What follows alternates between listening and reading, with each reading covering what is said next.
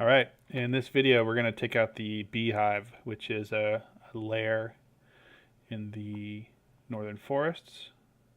You can see it under here, beehive. There are a lot of killer bees that spawn in there.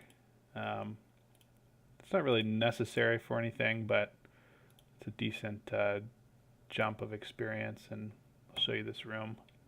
It's good for roomers, anybody who has room spells. 195 health, 1300 experience on each of them.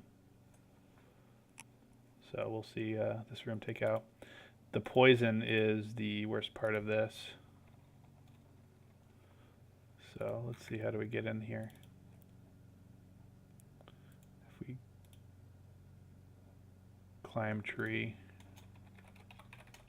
hopefully the group follows me. There it is. There's the golden honeycomb here, which can give you some crits. So it's interesting. But that's the beehive. We can see we just entered over here,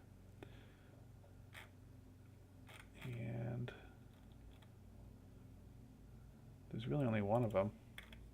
I thought for some reason it'd be more difficult, but oh, there we go. We had 3. Not particularly difficult, especially for a group of 11. All right, thanks for watching.